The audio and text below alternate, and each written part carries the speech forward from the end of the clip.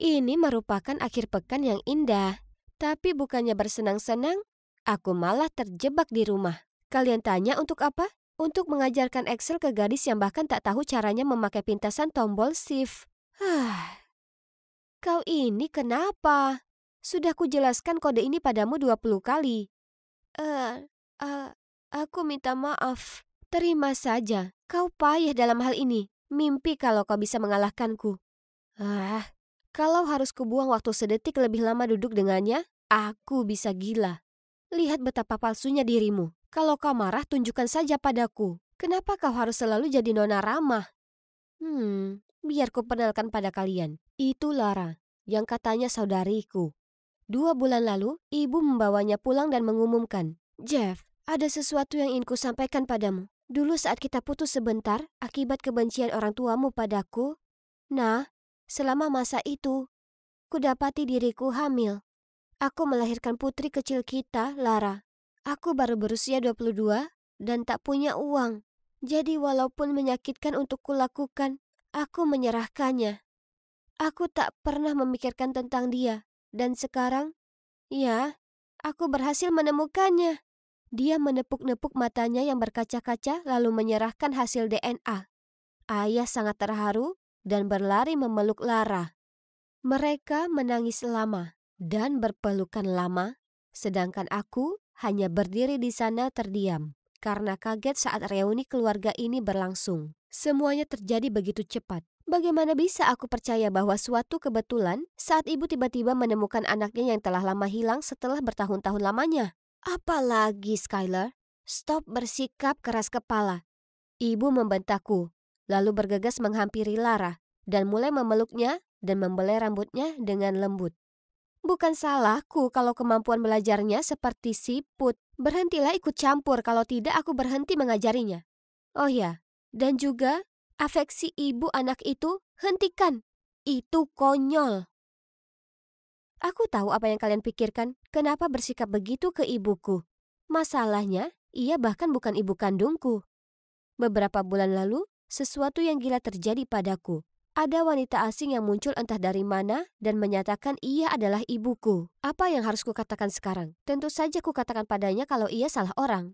Tapi saat kulihat kontrak penjualan antara ibuku dan dirinya, aku terpaku karena syok. Ternyata ibuku keguguran. Tapi ia selalu takut akan kehilangan posisi di keluarga ini.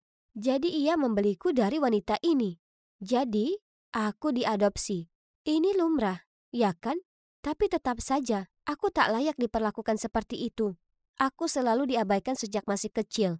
Ibu tak pernah memeluk atau menciumku. Ia tak bacakan dongeng sebelum tidur atau menyelimutiku di ranjang saat malam. Yang ia lakukan hanyalah menghardikku. Pergi sana. Kurasa kuyakinkan diriku kalau ibuku memang begini. Tapi saat Lara datang, dan ibu begitu berbeda dengannya. Aku paham sekarang. Aku paham kenapa ia perlakukan aku begitu dingin dan kenapa aku tak pernah merasa bahagia meski besar dalam keluarga yang kaya. Karena aku tak pernah diterima di sini. Setelah insiden dengan wanita itu, kutemui ibu soal ini. Aku paham. Aku tahu aku bukan putri kandungmu dan itulah kenapa ibu merasa pantas memperlakukanku seperti sampah. Oh, tolong, berhentilah bersikap dramatis. Biar ku beritahu ibu ini. Meskipun ibu memang mengadopsiku, aku masih akan buktikan kemampuanku ke ayah dan mengambil alih perusahaan ini sendiri. Ibu kebingungan setelah mendengarnya. Lalu, tak lama kemudian, ia muncul dengan Lara. Itulah kenapa aku percaya tak ada yang kebetulan. Ibu membawa Lara pulang untuk berkompetisi denganku. Dan jika itu memang benar, maka kenapa aku harus takut? Bagaimana kabar 2 anak gadisku? Skylar, apakah masih membantu Lara dengan belajarnya? Ya ayah, dia masih membantuku setiap hari. Terima kasih banyak. Oke, itu hebat. Kalau kau sudah menguasai dasarnya, kurasa sebaiknya mengambil beberapa kursus tambahan. Lakukan yang terbaik dan berusahalah mencontoh kakakmu. Tak mungkin dia bisa sebaik aku, bahkan dalam mimpinya. Lara itu sangat pintar. Dia akan cepat memahami. Aku juga mengajarinya lebih banyak mengenai bisnis keluarga. Hah? Apa ibu akan mengajarinya lebih banyak untuk bersaing denganku? Bisa kulihat jelas ketamakan dan jiwa kompetitifnya. Tapi terserahlah. Toh Lara dan aku sungguh di level yang sangat berbeda. Aku murid unggul di Columbia Business School, sementara dia bukan siapa-siapa yang tak berpendidikan. Tolong, aku benar-benar tak perlu khawatir soal apapun. Ibu terus memaksanya belajar, tapi lihat. Ngomong-ngomong soal ibu, ia bertingkah aneh akhir-akhir ini. 1 menit lalu ia perlakukan aku seperti noda membandel yang tak bisa dihilangkannya. Lalu kemudian ia berusaha menjodohkanku dengan pria bernama Dean. Dia putra dari koleganya yang sangat kaya. Aku tak paham kenapa ia tiba-tiba merasa perlu mencarikanku pacar. Dan ayah tak membantu di situasi ini, karena bukannya memberitahu ibu agar berhenti menjadi mak comblang, ia malah mendukungnya. Oke, aku hanya ingin mereka berhenti mengusikku, jadi akhirnya aku setuju untuk bicara dengan si Dean ini. Tapi sekarang, dia tak berhenti mengirimiku pesan, dan bahkan datang ke rumah. Kurasa dia cukup tampan dan baik, tapi bukan tipeku. Jadi aku hanya bicara padanya karena bersikap sopan. Hingga suatu waktu, kulihat Lara menyelinap untuk mengintip Dean saat dia sedang menungguku di ruang lobi. Tunggu. Jangan bilang padaku dia suka Dean. Oh, ya sudah, dia boleh mengambil sisaku. Toh aku juga tak suka dengan pria ini. Lalu suatu hari, aku sedang berjalan menyusuri koridor saat ku terima sebuah pesan dari Dean. Skylar, apa kau senggang besok? Mari kita makan malam bersama. Aku hendak membalas pesannya saat tiba-tiba ku dengar ibu dan Lara berdebat. Ada apa denganmu, Lara? Kenapa kau diam-diam mengencani si brengsek itu? Kenapa bukan Dean? Dia pria baik. Lagi pula dia memberitahuku tak ada apapun yang terjadi antara dia dan Skylar. Jadi Dean menduakan kami? Dia menyelinap keluar untuk kencan dengan Lara sementara menggodaku di telepon sepanjang hari? Apa-apaan? Ku coba tetap tenang sementara terus mendengarkan. Kau gila. Hentikan kebodohan permainan kencan rahasia ini sekarang juga. Apa? Kenapa ibu bersikeras dia pria yang baik untukku, tapi memberitahu Lara sebaliknya? Nah bu, sebenarnya yang mana? Apa Dean itu pasangan yang baik seperti yang ibu bilang padaku, atau seseorang yang brengsek seperti ibu bilang ke Lara? Dia itu kaya, jadi teruslah kencan dengannya dan berhenti menggangguku dengan omong kosongmu. Aku ini bukan anak kemarin sore. Pasti ada yang salah dengan si Dean ini. Persis di hari berikutnya, kuputuskan untuk pergi dan mengikuti Dean. Oh, ya ampun. Apa yang dia pakai? Dan kenapa dia pergi ke daerah kumuh ini? Lalu dia berkumpul dengan beberapa berandalan. Jadi, jelas, Dean ini pasti anak jalanan. Itulah kenapa ibu tak biarkan Lara dekat-dekat dengannya. Tapi, kenapa ibu jodohkan dia denganku? Apa itu bagian dari rencananya untuk menjatuhkanku? Usaha yang bagus. Aku sudah cukup memata-matai dalam sehari, jadi aku hendak pergi. Tapi kemudian tiba-tiba, ku dengar suara tak asing yang mengagetkanku. Aku berbalik kemudian. Apa? Itu ibu? Berani-beraninya kau mengacaukan rencana. Jaga bicaramu. Kulakukan seperti yang kau minta. Kusuruh kau untuk menggoda Skylar untuk mengalihkan perhatiannya. Bukan Lara. Jangan pikir aku mau membayarmu lagi sepeser pun. Baiklah, jangan bayar aku. Pastikan saja kau ambil foto suamimu saat hasil DNA yang asli masuk ke kotak posnya. Kau. Oh my God. Apa aku tak salah dengar? Hasil DNA apa? Apa mungkin... Aku segera pulang dan segera ke kantor ayah untuk mencari sertifikat DNA yang ibu berikan padanya hari itu. Ini dia. Apa yang harus kulakukan sekarang? Ya benar, harus kubawa ini ke rumah sakit untuk memeriksanya. Setelah memohon dan menekan dokter, akhirnya dia mengaku kalau dia telah menerima suap dari Dean untuk memasukkan hasil tes. Ku minta yang asli dan percaya atau tidak, Lara bukan anak dari ayahku. Aku langsung segera pulang dan menunjukkan hasil DNA yang asli ke ayahku. Ayah sangat kaget sampai aku harus membantunya duduk, lalu mengambilkannya segelas air. Saat ia sudah mengatasi rasa terkejut tadi, ia menyuruhku memanggil Lara dan ibuku untuk menemuinya. Tapi, oh tidak, kamar Lara kosong. Hanya ada satu surat tergeletak di atas ranjang. Maaf semuanya, Dean memberitahuku kebenarannya. Terima kasih semuanya sudah mengurusku. Terutama kau, Skylar. Jujur aku senang berada di dekatmu. Kurasa kau orang yang baik dan sabar. Tolong, jangan berubah. Aku tak pantas berada di duniamu, jadi aku tak bisa tinggal. Jika kita berjodoh, pasti kita akan berjumpa lagi. Terima kasih dan maaf sekali lagi. Salam sayang, Lara. Sulit dipercaya. Bagaimana bisa kau bohongi kami semua dengan hal seperti ini? Mengetahui dia tak bisa lolos lagi, ibu menjawab. Oke, Lara bukan anakmu. Aku hamil setelah kita putus. Aku tak mau kau mencampakkanku, jadi ku bayar Din untuk memalsukan sertifikat DNA.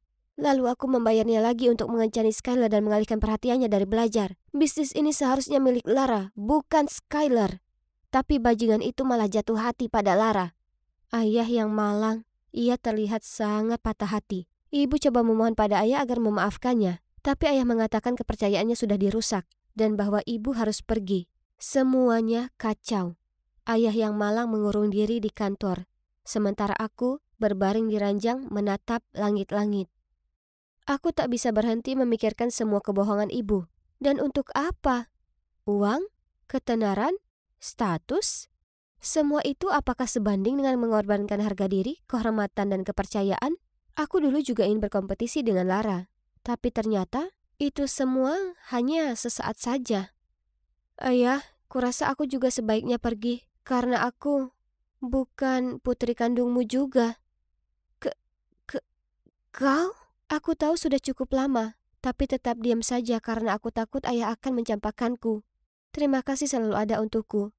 Ayah pria yang baik, tidak pantas menerima semua rasa sakit.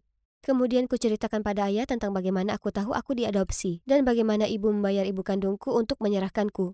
Ayah mematung sejenak, lalu dengan tenang berkata, Skylar, sayang, kau akan selalu jadi putriku dan aku sangat bangga padamu. Tolong, tinggallah di sini denganku. Aku tak bisa menahan air mata. Apa ayah sungguh ingin aku tinggal? Bahkan setelah kejadian yang sungguh gila ini, aku sangat menyayangi ayahku. Tapi aku tak bisa membuatnya kecewa lagi. Hari berikutnya, ayah dan aku pergi ke rumah ibu angkat Lara. Aku mencairkan suasana dan mengajaknya kembali bersama kami. Dengan sopan ia menolak. Ternyata dia hanya ingin kehidupan sederhana. Terkadang kami masih bertemu, dan kami sebenarnya jadi teman yang cukup dekat. Bukankah itu luar biasa? Karena sebelumnya, kami bagaikan air dan api. Fakta bahwa aku tak harus mengajarinya Excel lagi mungkin membantu. Ada orang yang lakukan apa saja yang mereka bisa untuk dapatkan ketenaran dan kekayaan, tapi hal ini seringkali harus dibayar mahal. Ibu membiarkan ketamakan mengubahnya menjadi monster, dan sekarang ia menerima ganjarannya. Aku tak suka apa yang sudah dilakukannya, tapi ia tetaplah ibuku. Ya, bagaimanapun ibu angkatku. Jadi, aku masih mengiriminya subsidi dan mendoakan kebahagiaannya di sisa hidupnya. Kenyataannya, aku lebih memilih melepas kekayaan yang sangat besar dan jalani hidup yang tenang daripada jadi pribadi yang tak kuinginkan. Jika itu kamu, akankah kau lakukan hal yang sama untuk hidup dengan tenang? Ku berjalan memasuki sekolah dengan bisik-bisik yang mengikutiku. Tapi apa cuma perasaanku atau kerumunan yang sepertinya lebih cerewet hari ini? Dengan gugup aku berjalan menuju lokerku dan, ya Tuhan, di atasnya ada coretan Karen remaja dengan cat semprot. Aku gemetaran karena malu. Dikelilingi wajah-wajah melongo dan terkekeh. Aku langsung lari ke toilet dan mengunci diri dalam bilik untuk menenangkan diri. Kalian mungkin heran, bagaimana aku bisa sampai di titik ini? Aku tak terdengar seperti orang sombong dan tak masuk akal yang biasanya ada di diri para Karen. Memang, karena aku bukan mereka. Tapi aku sadar kalau tindakanku bisa jadi penyebab situasi ini. Aku diadopsi oleh keluarga kaya yang menekan anak-anak mereka untuk tumbuh sukses dan tanpa celah. Sebagai hasilnya, aku tak pernah dapat nilai lebih rendah dari A atau kalah dalam kompetisi. Aku anak sempurna yang terlalu takut gagal. Karena tak satu pun pernah mengajarinya seperti apa kegagalan itu. Tapi suatu hari, semuanya berubah. Di suatu hari biasa di sekolah, aku sedang jalan menuju kelas sastra dan kulihat ada cowok tak kukenal menempati bangkuku. Semua cewek memandang terpesona padanya. Hei, kutepuk pundaknya. Apa ini tempat dudukmu? Iya. Oh, maaf, aku tak tahu. Dia lalu pindah ke bangku yang lain. Kupaksakan tersenyum sopan lalu mengambil tempat dudukku. Lalu guru sastra kami mengumumkan kami akan ada kuis hari ini yang tak mempengaruhi nilai kami. Sebagai murid kesayangan guru di sini, aku tahu kalau ini karena ia ingin menguji Austin, cowok baru itu. Oke, tak masalah bagiku. A plus lainnya untuk ditambahkan ke koleksiku. Hanya saja, entah kenapa aku tak bisa konsentrasi. Aku memandang keluar jendela, berusaha temukan inspirasi menulis. Tapi cowok baru itu menutupi pandanganku. Oke, jujur saja, dia terlihat cukup tampan. Tanpa kusadari, aku mulai menatapnya. Dan tiba-tiba dia menoleh padaku. Kami bertatap mata yang mana membuatku tertegun. Oh ya ampun, bangun Catherine. Ada kuis yang harus kau selesaikan. Ku coba untuk kembali fokus ke esaiku. Tapi aku terus merasa dia menatapku. Yesus, kuharap dia tak salah paham.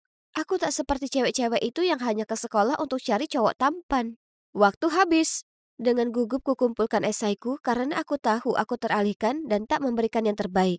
Tapi, biarlah, tak satu pun bisa kalahkan aku, bahkan di hari-hariku yang terburuk. Tapi, tidak kali ini. Hari berikutnya, Bu Guru mengembalikan karyaku dan berbisik. Aku tak tahu apa yang terjadi, tapi tak masalah. Jangan khawatir. Hah? Dengan cepat kulihat esai itu dan Bemin? Oke, aku paham tak bisa dapat A+ kali ini. Tapi bahkan A biasa pun tidak. Aku tak pernah dapat B sebelumnya. Wajah kecewa orang tuaku muncul di benakku. Bagaimana jika mereka tak menginginkanku lagi? Mereka mengadopsiku, memberiku kehidupan yang mewah dan sempurna. Dan ini caraku berterima kasih pada mereka? Aku mulai panik dan melihat sekeliling mencari Bu Guru. Aku perlu jelaskan ini. Dan itulah saat sekilas kulihat esai Austin. Nilai A. Tak mungkin. Aku membantingnya di atas meja dan berdiri. Aku protes dengan nilai ini. Pasti ada kesalahan. Tolong, bisakah ibu periksa lagi esai saya? Oh, jangan khawatir. Ini bukan tes resmi, jadi tak masalah. Tidak, ini tidak baik-baik saja. Kok bisa saya lebih jelek dari anak baru ini? Anda harus pertimbangkan ulang. Atau saya adukan ke kepala sekolah. Kate, kau bersikap tak masuk akal. Duduk atau saya akan membawamu ke kepala sekolah. Ku tarik napas dalam-dalam dan menenangkan diri sembari duduk. Ada desas-desus tentangku beredar di kelas. Tapi aku tak peduli. Karena ada nilai Bemin yang harus kuurus. Orang tuaku tak boleh tahu soal ini. Setelahnya, aku tahu temanku hanya pura-pura tak masalah denganku. Karena suatu kali saat kami harus satu grup untuk lari estafet di kelas PE, tak ada yang memilihku. Pada akhirnya, Pak Malon sang pelatih harus menambahkanku ke suatu grup dan coba tebak. Grup itu berisi Austin dan penggemarnya. Aku benci ini. Dan lihat dia, mengganggu pandangan. Andai saja bisa kulempar tongkat ini ke wajahnya yang menyebalkan. Tapi, gedebuk, aku jatuh tengkurap beberapa inci dari Austin. Kau baik-baik saja? Ambil saja tongkat bodoh ini dan pergilah. Cowok ini benar-benar bawa sial. Aku merangkak naik. Lalu tiba-tiba ku dengar tawa terkekeh. Ada gerombolan berdiri dekat jalur lari mengangkat ponsel mereka. Apa mereka menertawakanku? Segera ku hampiri mereka dengan tangan ke atas menutupi kamera mereka. Apa yang lucu? Apa kalian tak punya kesopanan? Santai saja. Itu bukan. Apa tak ada orang yang mengajarimu untuk membantu orang yang kesulitan? Jangan merekam dan menertawakan. Tidak, dengar. Lucunya, kami sebenarnya. Jadi kau masih menganggap itu lucu? Hapus videonya sekarang juga. Kau tak boleh, dengar kami dulu. Tapi itu hanya membuatku makin marah dan menarik ponsel itu lebih keras lagi. Lalu, ups, ponsel itu terbang dan mengenai permukaan beton yang keras. Oh tidak, aku tak bermaksud untuk. Cowok pemilik ponsel itu panik lalu berlari memungutnya. Lihat apa yang sudah kau perbuat. Siapa yang mau merekammu? Kami hanya membuat video pertunjukan untuk tim cheerleader. Lewat layar retak ponselnya, kulihat video para cheerleader berlatih di lapangan di seberang jalur lari. Oh tidak, ini sangat memalukan. Segera ku minta kontak cowok itu dan janji akan mengganti ponselnya yang rusak, kemudian berlari kembali ke kelasku. Aku merasa kelelahan, seolah seluruh dunia melawanku. Tapi paling tidak ada satu hal yang bisa menenangkan jiwaku. Ya, buku-bukuku. Itulah kenapa kapanpun aku merasa suntuk, aku ke perpustakaan sekolah untuk bersantai. Jadi seperti biasanya, aku pergi ke sana, tapi kurasa aku lupa bawa kartu perpustakaanku. Oh ya sudah, tak masalah. Karena pustakawannya, Bu Flenderson pada dasarnya sudah seperti keluarga bagiku. Dia bahkan tak lagi menanyakan kartuku. Hai Bu Flenderson. kataku saat kulewati meja pustakawan. Tapi kemudian aku terkejut dengan suara yang asing. Kau mau kemana? Tolong kartunya. Ternyata Bu Flenderson sedang tak di kantor, dan ada anak baru yang sukarela menggantikan. Ku minta padanya baik-baik agar membiarkanku masuk, tapi dia terus mengatakan tidak, sambil mengunyah permen karetnya yang membuatku sebal. Dengar, apakah tahu siapa aku? Aku tak butuh kartu bodoh untuk masuk ke sini. Ya, tapi tidak dalam pengawasanku. Dengar, setengah dari buku-buku ini berasal dari donasi keluargaku. Kau harusnya tunjukkan rasa hormat, nak.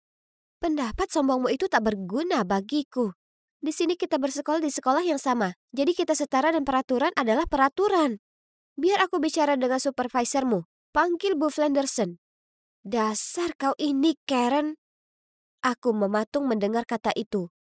Itu pertama kalinya aku dijuluki panggilan itu, dan baru di saat itu kusadari betapa besar keributan yang kubuat di sini. Hanya saja suasana hatiku sudah sangat buruk. Yang kuinginkan pergi ke tempat amanku, dan itu juga tak mungkin sekarang. Aku segera menguasai diri lalu jalan pergi. Tapi yang membuatku sedih, beberapa orang lewat sudah menyaksikan aku mengamuk entah sejak kapan. Dan ya, Austin di sana juga. Kenapa aku harus terkejut lagi? Ceritaku di jalur lari dan juga di perpustakaan pun segera beredar di sekolah seperti api menyambar. Orang-orang tak berusaha menutupi kalau mereka menghindariku dan mulai memanggilku Karen. Jadi, jelas, suatu kali saat kami harus berpasangan di kelas sastra untuk esai ujian tengah semester, aku sendirian lagi. Paling tidak, itu yang kukira. Sampai Austin membungkuk dan memintaku untuk jadi partnernya. Meski aku benci nyalinya, aku tak boleh gagal di tes ini. Jadi, iya, aku setuju. Kami kemudian bertemu hari itu di rumahnya. Dengan antusias kutunjukkan padanya beberapa opsi buku untuk topik esai kami. Tapi dia sama sekali tak terganggu sambil melihat-lihat ponselnya. Ya, yang manapun yang kau suka. Toh kau yang akan mengurus semuanya. Apa maksudmu? Dengar, aku hanya sekelompok denganmu karena kau pandai soal ini.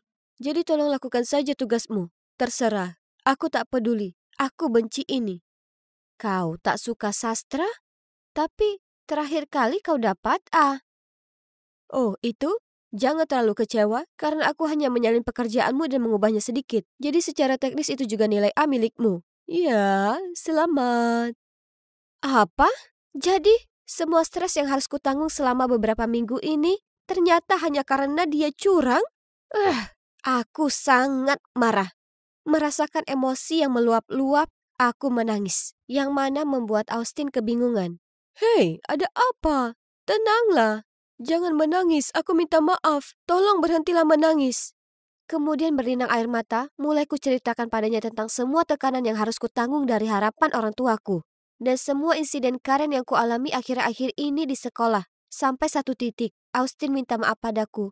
Karena ini semua berawal dari aksinya menyalin esaiku. Malam itu, kami tak menyelesaikan apapun untuk esai, tapi hanya duduk dan bicara.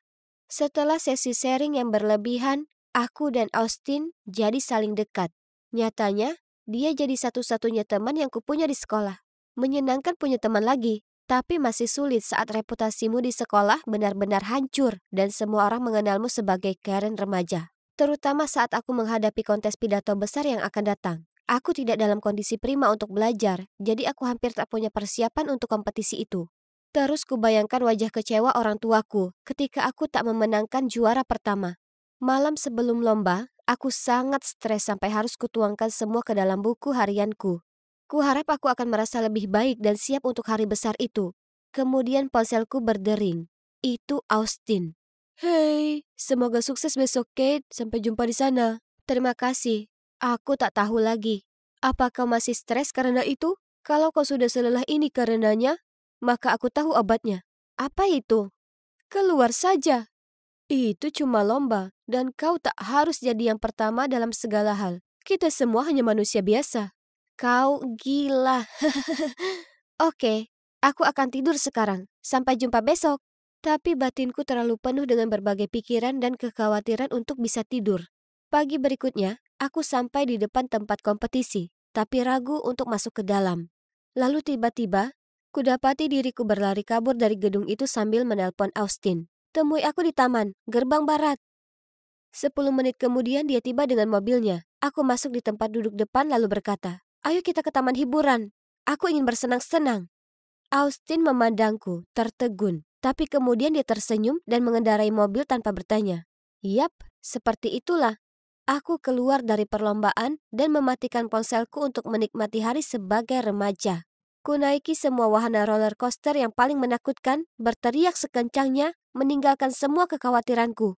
Menjelang senja, aku sudah 100% siap menerima amarah orang tuaku. Mereka mungkin akan mendapakku sekarang, tapi entah kenapa aku merasa tenang. Saat Austin menepi di rumahku, bisa kulihat ibu mondar-mandir di halaman depan.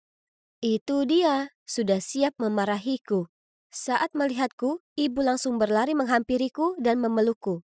"Oh ya Tuhan, sayang, kemana kau seharian? Kami sangat mencemaskanmu." "Tunggu, apa yang terjadi? Kenapa ibu tidak marah?" Lalu ayah juga lari mendekati kami segera saat ia melihatku, memegang sesuatu di tangannya. "Sayang, ayah minta maaf karena tak tahu betapa banyak yang sudah kau hadapi. Kami tak sadar jika tuntutan tinggi kami begitu banyak membebanimu. Kami mungkin terlalu ketat padamu, tapi ayah ingin kau tahu kalau kami selalu menyayangimu, tak peduli apapun." Oh, ayah memegang diariku. Jadi, mereka tahu semuanya sekarang. Aku menangis lega. Sangat menyenangkan mengetahui mereka akhirnya paham dengan perasaanku dan bahkan bersumpah akan berubah dan berusaha lebih mendengarkanku. Hari itu, aku sadar kalau orang tuaku menyayangiku tanpa syarat dan apapun yang terjadi di hidupku, mereka tak akan pernah melepaskanku. "Apa kabar Karen remaja?" Ya, teman-temanku masih memanggilku Karen. Tapi tak apa, mereka memanggilku itu untuk bercanda, bukan berniat jahat atau apa. Aku sudah lupakan semua yang terjadi. Dan begitu juga yang lainnya. Semua hanya tinggal kenangan sekarang. Tapi berkat fase Karen itu, aku diingatkan agar tak terlalu keras pada diriku sendiri. Supaya aku tak lagi berakhir jadi Karen bagi diri sendiri. Kenapa hasil lomba sketsa belum juga dirilis? Hei teman-teman, hasilnya ada di sebelah sini. Dengan panik aku lari ke papan pengumuman. Julie Morris, peringkat pertama dalam daftar. Phew. Selamat Julie, kau layak mendapatkannya. Kalian berdua cantik dan berbakat. Apa ada yang tak bisa kalian lakukan? Oh, aku suka sekali menerima pujian besar seperti itu dari seseorang. Tapi suara apa itu? Aku berbalik dan itu cuma Kate. Biasanya dia jelas akan menang. Tapi mari kita lihat rankingnya. Oh, di sini. Paling bawah. Itu semua karena tinta di logo sekolah yang ada pada bagian pensil yang dipakainya hari itu. Tangan Kate mudah sekali berkeringat. Jadi saat menggambar, tinta itu menodai tangannya dan secara tak sengaja dia mencoreng kertasnya dengan itu. Kasihan kau, Kate. Tapi kau tahu tidak, aku ini lebih baik darimu. Sekarang yang tersisa antara aku dan 3 tiket emas ke camp musim panas di Italia, yaitu satu kontes terakhir. Ada satu masalah. Cewek baru bernama Ariana ini, sayangnya kebetulan seorang desainer yang berbakat. Julie, apa kau baik-baik saja? Bu, Julie pingsan. Ada cowok yang berteriak keras dan dengan panik membawaku ke ruang UKS. Ya, jadi disinilah aku. Tapi hei, jangan khawatir, sebenarnya aku tak sakit sama sekali. Aku cuma pura-pura supaya bisa lolos kelas olahraga untuk jalankan rencanaku. Saat aku berjalan menuju kelas, kulihat semua orang mengurumuni bangku Ariana. Aku bertanya ke temanku apa yang terjadi, dan dia bilang seseorang telah menumpahkan kopi pada gambarnya. Ariana sangat panik dan terus memeriksa jam tangannya. Dia harus menggambarnya ulang, tapi waktu hampir habis. Tiba-tiba ada suara berkata, "Hei, ada yang menjatuhkan kalung di sini. Mungkin itu pelakunya." Secara tak sadar kusentuh leherku. Dan, oh, itu tak ada di sana. Kemudian ada tangan di pundakku yang membuatku terkejut dan menoleh. Itu adalah Rebecca. Kalau aku tak salah, ini punyamu. Ya kan? Dia melotot padaku. Itu kalungku. Tapi, jadi bagaimana bisa benda itu ada di bawah bangku Ariana? Di saat itu aku sangat gemeteran sampai tak bisa berkata apapun. Beruntungnya aku, Ariana menimpali. Kurasa ini cuma kebetulan. Julie tak mungkin lakukan hal seperti ini. Semua orang setuju dengannya, mengatakan bahwa gadis baik sepertiku tak mungkin melakukan hal jahat. Tak apa, Rebecca hanya bingung. Itu saja, jangan khawatir. Beraninya Rebecca menuduhku. Sungguh gila mengingat kami dulu bersahabat. Kalian tahu, aku sudah mengenalnya sejak kecil karena orang tua kami berteman. Tapi kemudian dia tumbuh dan menjadi sok tahu yang menyebalkan. Tapi hei, aku harus kesampingkan itu. Aku harus fokus pada desainku. Hanya karena sudah kusabotase desain Ariana, tak berarti aku bisa lengah. Sungguh penantian menegangkan untuk mengetahui apa aku berhasil masuk daftar camp musim panas. Meskipun aku tak perlu setegang itu, karena tentu saja, aku masuk.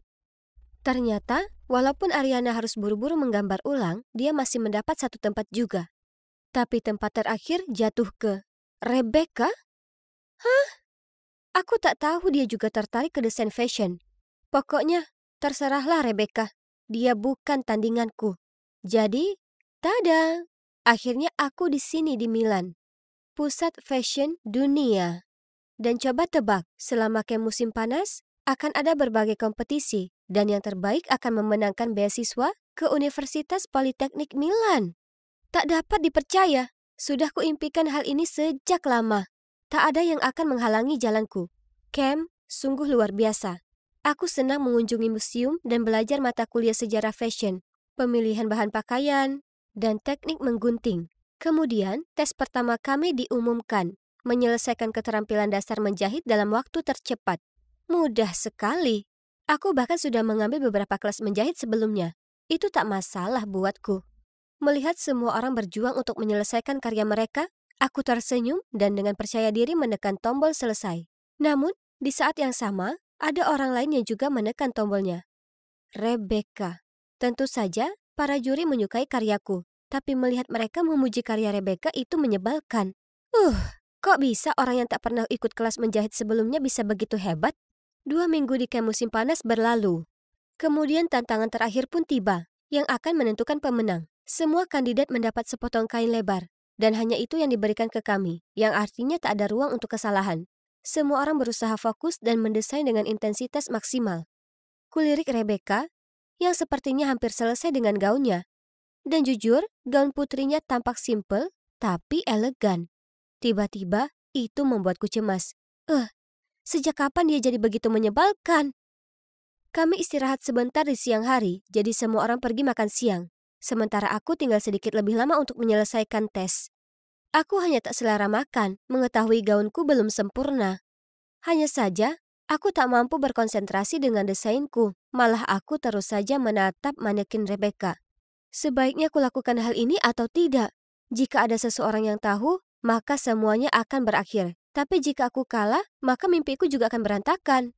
Ada sesuatu dalam diriku yang terus mendesakku untuk langsung menuju karya Rebecca dan segera mencipratkan tinta di baju putih itu. Jantungku berdegup kencang antara senang dan cemas. Lalu aku segera kabur dari tempat kejadian. Saat semua orang kembali ke ruangan itu dan melihat gaun Rebecca, mereka tersentak kaget. Hah? Kenapa Rebecca satu-satunya yang tidak panik? Dengan tenang diambilnya kuas dan mencelupkannya ke dalam wadah tinta dan jalan menuju gaun itu. Lalu dia mulai mencipratkan tinta ke atas gaun. Apa yang dimainkannya? Pertanyaanku segera terjawab saat gaun dengan pola tinta yang unik muncul di depanku. Parahnya, wajah para juri berbinar-binar melihatnya dan mereka sangat menghargai kemampuannya memecahkan masalah. Selamat Rebecca, kau selesaikan pekerjaan dengan baik. Tidak, terima kasih berkat kau, Julie. Mari kita lihat siapa yang menang. Rebecca mencibir lalu jalan pergi. Apa maksudnya itu? Apa dia tahu kalau akulah yang melakukannya? Aku sangat khawatir sampai aku berguling-guling sepanjang malam. Hei, Julie, bangun. Kau tak boleh telat untuk tantangan terakhir. Oh, hai Ariana. Apa yang kau bilang? Oh, tunggu dulu. Bagaimana mungkin ini masih tanggal 23 Juli? Apa aku memimpikan ini semua? Tapi ini sungguh aneh. Semuanya sebenarnya terjadi seperti mimpi itu. Insiden tinta di gaun Rebecca dan pemikirannya yang cepat untuk menyelamatkannya. Bagaimanapun, tetap tenang. Aku tak bisa biarkan beasiswa ini lepas. Aku tak bisa jadi gadis itu yang kehilangan mimpinya untuk orang lain. Rasa malu itu tak sanggup kutanggung. Setelah menyelesaikan desain itu, masing-masing dari kami akan mendapat model untuk menampilkannya. Di saat itu, kubuat keputusan gila. Tepat sebelum pertunjukan, dengan cepat kuikuti model Rose ke kamar mandi, mengunci pintunya dari luar, lalu meletakkan tanda sedang rusak di depannya. Saat semua kontestan duduk untuk menyaksikan pertunjukan, Rebecca masih belum muncul. Nah, mungkin dia masih sibuk mencari model pengganti. Sudah menyerah, Rebecca? Aku tertawa-tawa sendiri. Kemudian khayalanku akan kemenangan terganggu oleh riuh tepuk tangan dan siulan. Hah? Di atas catwalk? Apakah itu Rebecca? Mengenakan desainnya sendiri? Ariana berbisik ke telingaku. Rebecca sangat memukau. Dia benar-benar pantas mendapat beasiswa ini, ya kan, Julie? Apa? Bagaimana Rebecca mengungguliku? Lagi. Hei Julie, bangun. Kau tak boleh telat untuk tantangan terakhir. Apa? Ini masih tanggal 23 Juli? Tunggu dulu. Ini artinya Rebecca masih belum menang. Dan aku masih punya kesempatan. Kali ini, kuputuskan untuk tidak mengacaukan gaun Rose. Sebaliknya, ku cari online beberapa ide untuk memperbaiki desainku sendiri. Dan kutemukan desain yang luar biasa di sebuah blog fashion yang agak mirip dengan yang dikerjakan Rebecca. Ternyata nona kecil sempurna kita ini hanyalah pencuri ide. Jadi kuputuskan untuk mendesain gaun yang sama. Dan 1 jam sebelum tampil adalah waktu untuk menarik pelatuk.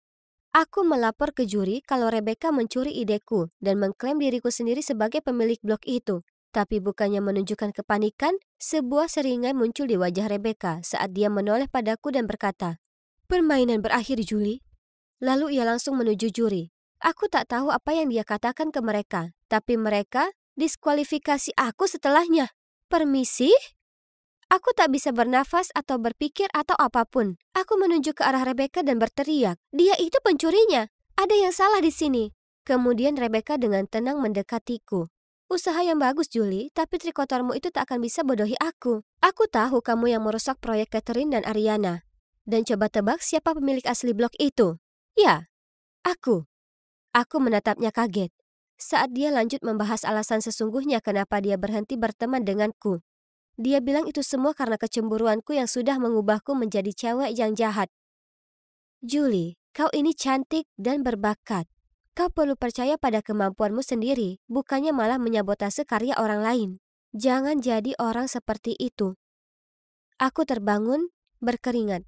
Kuraih ponselku dan ternyata masih tanggal 23 Juli. Kumohon bisakah hari ini berakhir saja? Tapi mungkin ini hal baik. Karena ini artinya aku punya kesempatan memperbaiki keadaan. Waktu makan siang tiba, dan aku tetap tinggal dan memperhatikan gaun sempurna Rebecca. Kulayangkan tanganku ke sebotol tinta, tapi kemudian kutinggalkan di tempatnya berada, menghela napas, lalu berjalan kembali ke gaunku sendiri. Jadi, apa yang terjadi? Nah, Rebecca masih menang. Tapi kalian tahu apa? Itu tak jadi soal. Sudah kuusahakan yang terbaik, aku tidak curang, dan ya, gaun Rebecca memang layak menang. Setelah kompetisi, kulihat beberapa cewek lainnya memberi selamat Rebecca. Jadi aku berjalan mendekat dan menepuknya di bahu dan memberinya senyuman tulus dan berkata, "Aku hanya ingin mengucapkan selamat. Desainmu menakjubkan." "Terima kasih, Julie. Aku juga sangat suka gaunmu. Jahitanmu sangat teliti." Oke, jadi aku tak menang. Tapi aku belajar pelajaran berharga. Aku harus selalu memberi 100% pada setiap yang kulakukan. Bukannya membuang begitu banyak waktu dan energi berusaha mengacaukan keadaan bagi orang lain. Oh, dan mengenai perputaran waktu itu, kukaitkan itu karena tekanan kompetisi. Kurasa itu pasti membuatku merasa seolah aku terjebak di dunia mimpi, sampai aku menyadari kesalahan di dalam tindakanku. Akhirnya, sudah kutemukan kedamaian batin, dan akhirnya aku keluar dari mimpi itu. Harus kuakui, aku sempat terengah-engah saat bangun. Dan itu akhirnya sudah tanggal 24 Juli. Aku menunggu sampai ibu pergi belanja lalu menyelinap ke kamarnya. "Aku cuma pinjam. Akan segera aku kembalikan, Bu." Aku tahu seperti apa ini terlihat. Percayalah padaku, aku tak mau mencuri dari ibu. Tapi jika tak kulakukan ini, maka aku bisa kehilangan pacarku dan teman-temanku. Lalu aku akan jadi kesepian dan sedih dan jadi mangsa empuk anak-anak jahat untuk diejek. Aku bergegas ke taman menemui Frederick, pacarku. Itu dia di sebelah sana. Aku berjalan mendekatinya dan memberikannya uang itu. "Kau janji akan mengembalikannya segera?" "Tentu sayang, kau tahu kau bisa percaya padaku. Aku pulang dan meyakinkan diri sendiri kalau akan kudapatkan kembali uangnya bahkan sebelum ibu menyadarinya. Tapi besoknya di sekolah tak bisa kutemukan Frederick dimanapun. Saat istirahat, aku tanya ke temanku apa dia melihatnya. Dan dia ceritakan padaku kenyataan yang mengejutkan. Frederick telah dikirim ke kamp rehabilitasi anak. Oh ya Tuhanku, apa dia sungguh hanya menipuku? Dengan mata berkaca-kaca, aku segera menuju ke sudut taman sekolah. Baiklah, sebenarnya aku tak benar-benar ada rasa ke Frederick. Aku pacaran dan nongkrong dengan anak-anak berandal karena ingin ku bangun image keren. Kenyataannya, aku ini cuma cewek miskin. Kalau orang-orang tahu soal ini, maka hidupku akan berakhir ya kan? Mereka akan mengucilkan dan mengejekku. Hei Charlotte, apa kau tak apa? Oh tidak, itu temanku Rachel. Aku tak mau dia melihatku seperti ini. Hei, apa yang terjadi? Dia terdengar sangat tulus dan harus kuakui akan sangat menyenangkan bisa curhat dengan seseorang. Jadi kuceritakan bagaimana ayahku meninggal tahun lalu dan sekarang ibuku berjuang untuk membayar tagihan dan ia bekerja sepanjang hari di pabrik. Dan bagaimana Frederick menipuku agar memberinya uang dari tabungan ibuku. Yang mengejutkanku, Rachel melingkarkan lengannya memelukku dan tersenyum manis berkata, "Tidak apa-apa Charlotte, akan kupinjamkan kau uang. Bisa kau kembalikan kapan saja." Mataku berbinar dan aku tergagap. "Benarkah kau mau lakukan itu untukku?" "Tentu saja, kita ini teman, ya kan?" Wah, ini mengejutkan. Ternyata aku amat meremehkan temanku. Kukira dia akan mengejekku jika dia tahu kebenarannya, tapi sebaliknya dia sungguh bersimpati padaku dan berusaha menolongku. Saat makan siang, temanku Dina duduk di sampingku dan bertanya kenapa aku kelihatan bersedih. Aku penasaran. Lalu dengan murung menunduk ke tatap yogurtku. Menghela napas lalu cerita betapa buruknya keadaanku ini. Dia mengelus lenganku dan berkata semuanya akan baik-baik saja. Lalu dia meminjamiku sejumlah uang. Wah, ini berhasil lagi. Kulakukan ini beberapa kali lagi. Dan wah, aku punya cukup uang untuk mengganti uang di kotak ibu. Bahkan sebelum ibu menyadari uangnya sudah raib. Oh, itu cantik sekali. Itu sempurna untuk audisi modelku yang akan datang. Tapi, tak mungkin aku bisa membelinya. Dengan sedih aku berjalan pergi, membayangkan betapa luar biasa aku akan terlihat memakai gaun itu. Hai Charlotte. Aku berbalik dan, oh, itu Matthew, cowok norak di sekolah. Dia segera mendatangiku, dengan gugup menggaruk lehernya, lalu berkata, "Hei Charlotte, apa kau sedang belanja?" Ah, cowok ini mengganggu sekali. Seolah cewek cantik sepertiku akan tertarik dengan cowok norak sepertinya. Tunggu dulu. Apa itu tas belanja Louis Vuitton di tangannya? Aku pasti tengah memperhatikannya karena dia mengangkatnya sambil tersipu, mengatakan, "Oh, ini hadiah untuk ulang tahun ibuku." Kubelai lengannya, lalu memberinya tatapan lugu. "Matthew, kau sungguh anak yang baik. Orang tuamu pasti bangga sekali padamu. Aku berharap juga bisa membelikan ibuku sesuatu yang berharga, tapi kami terlalu miskin." Aku mendengus. Aku bahkan tak mampu beli gaun cantik ini yang kuperlukan untuk audisiku. Matthew tersenyum manis padaku dan berkata, "Tak apa, gimana kalau kubelikan kau gaun itu sebagai kado ultah? Ultahmu sebentar lagi ya kan? Yuk." Jadi begitulah, akhirnya ku dapat gaun sempurna itu. Oh, aku juga akhirnya dapat pacar baru, Matthew. Awalnya, sangat seru diajak ke restoran mahal dan dibelikan hadiah mewah. Namun kemudian kemilau itu pun memudar. Aku tak suka Matthew seperti itu. Malah, menurutku dia cukup mengganggu. Dia sama sekali tak tampan, dan dia lakukan hal-hal yang sangat bodoh.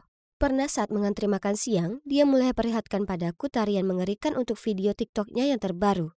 Itu sangat memalukan.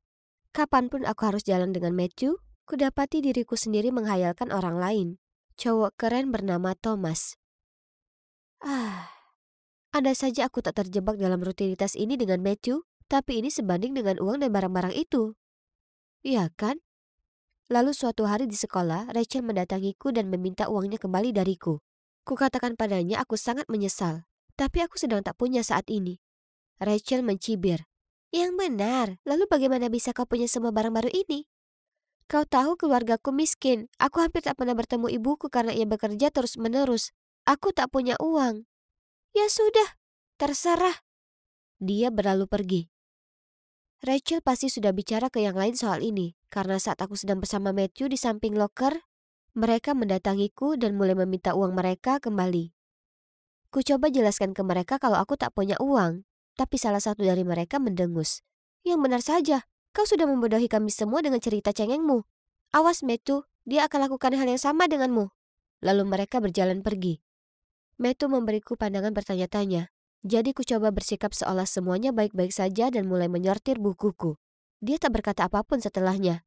Jadi aku bersikap tak ada yang terjadi dan mengadang lengannya saat kembali berjalan menuju kelas. Lalu tiba-tiba, dia menepis tanganku. Apa itu benar? Apa kau hanya bersamaku karena uangku? Tidak. Bisa-bisanya kau berkata begitu. Berhentilah bersikap konyol. Ku coba mengelak, tapi dia tak berhenti membahasnya terus. Yang mana membuatku kesal. Kau tak percaya padaku? Baiklah. Kurasa aku tak ingin lagi bersama seseorang yang menganggapku serendah itu. Selamat tinggal. Lalu aku bergegas menuju toilet perempuan. Phew, hampir saja aku ketahuan. Tapi hey, paling tidak sekarang aku bebas dari Matthew, ya kan? Tapi bagaimana jika Rachel dan yang lainnya membuat lebih banyak keributan soal uang itu? Aku tak ingin mereka menjahatiku soal itu. Harus kutemukan cara membayar mereka kembali. Dan segera. Ku dekati Thomas setelah latihan basketnya dan tanya apa dia mau pergi minum. Di sana, ku mainkan air mataku dan ku ceritakan padanya tentang keluargaku yang miskin dan bagaimana ku pinjam uang dari teman-temanku untuk bayar tagihan dan sekarang mereka semua marah padaku. Thomas kelihatannya tulus khawatir dan langsung memberi sejumlah uang. Aku memeluknya dan berulang kali berterima kasih padanya. Baunya harum sekali. Tapi aku merasa tak enak. Ini tak seperti dengan Matthew. Karena aku sungguh menyukai Thomas dan merasa salah menerima uangnya. Karena itu aku pergi dan menemui Rachel dan yang lainnya lalu membayar mereka. Kukira teman-temanku akan baik denganku sekarang, tapi ternyata tidak. Kapanpun aku berpapasan dengan mereka di sekolah, mereka mencibir dan bergosip tentangku. Ini menyebalkan, tapi paling tidak aku punya Thomas. Kami mulai sering nongkrong, dan dia sangat baik serta lucu. Dia juga menawarkan meminjamiku lebih banyak uang, tapi kutolak karena aku tak mau lagi pinjam lebih banyak dari yang kuperlukan. Lalu malam itu, aku sedang melihat-lihat akun sosmedku saat kulihat postingan tentang aku. Oh tidak, mereka bilang bahwa aku mengambil untung dari simpati orang lain untuk dapatkan uang. Aku panik. Jadi dengan segera ku balas tautan itu mengatakan sebenarnya tidak begitu dan hidupku memang berat. Tapi kemudian Rachel berkomentar, ini dia, berlagak jadi korban lagi. Hari berikutnya di sekolah begitu buruk. Kurasakan seolah semua melongo menatapku. Tapi selama ada Thomas di sisiku, semua tak masalah. Aku sedang santai dengannya di lapangan sepak bola saat Matthew menghampiri dengan tampang marah di wajahnya. Kau memanfaatkanku ya kan? Kau sama sekali tak pernah menyukaiku. Kau hanya ingin uangku. Aku menatapnya dengan mulut ternganga. Tak tahu harus berkata apa. Itu sangat rendahan, Charlotte. Hei, Tai. Kalau aku jadi kamu, aku akan menjauhinya. Kecuali kau ingin berakhir dengan hutang. Dia berlalu pergi. Apa yang dia katakan itu benar? Tidak. Sebenarnya, ya. Tapi itu sudah berlalu. Itu tak sama denganmu. Aku bersumpah. Thomas menggelengkan kepalanya lalu berkata, aku tak mengira kau seperti itu. Lalu diambilnya barang-barangnya lalu pergi. Ini mengerikan. Tak hanya aku kehilangan teman-temanku, tapi sekarang aku juga kehilangan cowok yang sungguh kupedulikan. Setelahnya, semua orang mengacuhkanku di sekolah. Rasanya sangat buruk mengetahui aku sangat tak disukai, dan aku tak sabar untuk menamatkan sekolah. Saat hari kelulusanku akhirnya tiba dan aku naik untuk mendapatkan ijazahku, tiba-tiba Rachel bergegas naik ke panggung dan merebut mikrofon. Hai semuanya. Kurasa adil jika kalian semua tahu kebenaran tentang Charlotte. Dia memanfaatkan simpati temannya untuk mendapatkan uang kita. Dia bahkan pacaran dengan anak laki-laki supaya dia bisa menyuruhnya membelikan semua yang dia inginkan. Oh ya Tuhan. Semua guru, murid, dan bahkan ibuku menatapku. Aku merasa aku akan pingsan karena malu. Jadi dengan panik ku dorong semua orang dan berlari keluar dari sana. Sesampainya di rumah, aku mengunci diri di kamarku dan menangis di bantalku. Aku tak akan pernah meninggalkan kamarku lagi. Rasa malu itu terlalu besar. Beberapa saat kemudian, ibu mengetuk pintu kamarku, lalu masuk ke kamar dan duduk di tepi ranjang. Sayang, Aku hanya heran, kenapa kau lakukan hal itu? Ku beritahu ibu semua tentang Frederick yang menipuku. Bagaimana ku dapatkan uang dari teman-temanku dan memperalat Matthew. Lalu ku ambil kotak dari bawah ranjangku, membukanya, dan ku katakan pada ibu itu untuknya. Di dalamnya ada baju pelindung baru untuk pekerjaannya, serta beberapa baju santai baru juga. Pakaian kerja ibu sudah usang, dan aku ingin ibu punya pakaian yang bagus. Aku tahu kita tak kaya atau apa, tapi ibu sudah kerja keras, dan ibu layak mendapat hal-hal yang baik. Sayang, terima kasih. Tapi kau tak harus memberikanku apapun. Aku tahu memang berat sejak ayahmu tiada. Tapi tak pernah ada gunanya berlagak jadi korban untuk mengambil keuntungan dari orang lain seperti itu. Lalu ibu memelukku. Nasi sudah menjadi bubur. Sekarang yang bisa kau lakukan hanya minta maaf ke mereka semua. Mulai hidup baru. Jadi orang yang lebih baik. Jadi sepanjang musim panas, kulakukan itu. Aku minta maaf ke semua temanku, satu persatu. Ya, kecuali Thomas, karena dia pergi sepanjang musim panas. Lalu aku masuk kuliah memulai awal yang baru. Aku bersumpah tak akan lagi membuat kesalahan yang sama. Aku sudah belajar dari kesalahanku yang satu itu. Oh, aku sangat tegang. Thomas sedang di kota akhir pekan ini dan setuju menemuiku. Oh ya Tuhan, itu dia. Ini saatnya. Akhirnya ku dapat kesempatan minta maaf padanya. Kuharap dia memaafkanku dan melihat betapa aku menyesali perbuatanku. Kali ini, jauh darinya membuat perasaanku lebih kuat. Astaga, aku sangat merindukannya. Dia pun masih memandangku dengan senyum lembut itu dan dengan binar di matanya. Aku tak mau kehilangan dia kali ini dan tak akan kubiarkan. Doakan aku berhasil.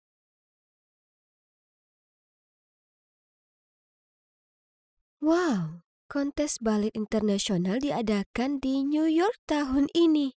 Ya Tuhan, itu pasti spektakuler. Tapi, betapa berbedanya hidupku 5 tahun yang lalu. Aku baru saja memenangkan kontes balet kota dan ayah tidak berhenti tersenyum bangga. Untuk merayakannya, dia mengantar kami semua untuk membeli es krim ketika tiba-tiba. Aku tidak ingat banyak tentang hari itu setelah itu. Tapi aku kehilangan dia. Sedangkan aku selamat. Tapi aku mengalami luka yang mengubah hidup. Sejak itu, balet tidak lagi menjadi bagian dari hidupku. Dan di sana ada Bibi Robin dan sepupuku Nancy. Mereka sangat bersemangat dengan kompetisi ini. Aku bersumpah Nancy sudah mencoba 15 gaun. Baik bibiku maupun ibuku ketika dia masih hidup adalah balerina yang berbakat. Jadi, wajar saja jika Nancy juga mewarisi gen balet. Dia sekarang menjadi murid balet kota New York. Ini adalah sesuatu yang selalu kuinginkan, tapi sekarang hanya bisa ada dalam mimpiku. Tiba-tiba terdengar suara pintu dibanting dan teriakan mengagetkanku. Joyce, Joyce, Joyce, buka pintunya, ini aku, Dylan. Aku membuka pintu dan menatap dengan mata terbelalak ke... Ya, Dylan, saudara tiriku. Terakhir kali aku melihatnya adalah 5 tahun lalu, ketika ibu tiriku membawanya pergi. Apa yang dia lakukan di sini? Sebelum aku sempat bereaksi untuk mengajaknya masuk, dia bergegas menghampiriku. Kak, kau harus menyelamatkanku. Aku harus tetap di sini, oke? Apa? Sama sekali tidak. Apakah kamu tahu rumah siapa ini? Nah, ternyata ibunya seorang pecandu judi, sehingga terlilit hutang dan kabur dari preman. Dylan yang malang tak punya orang lain untuk diajak bicara. Aku berhasil membujuk bibiku untuk mengizinkan Dylan tinggal bersama kami, meskipun dia bersikeras bahwa ini hanya sementara sampai ibunya ditemukan. Sebagai anak-anak pada umumnya yang memasuki fase pubertas, Dylan bukanlah orang yang paling mudah untuk diajak hidup bersama. Dan coba tebak siapa yang harus melindunginya setiap saat? Ya, aku. Minggu lalu, dia memecahkan seluruh tumpukan piring. Kemarin, dia menempelkan permen karet ke rambut Nancy. Dan hari ini, dia meninggalkan skateboardnya di tengah ruang tamu. Dan menyebabkan Bibi Robin terbang melintasi ruangan dan mendarat dengan wajah telungkup. Aduh.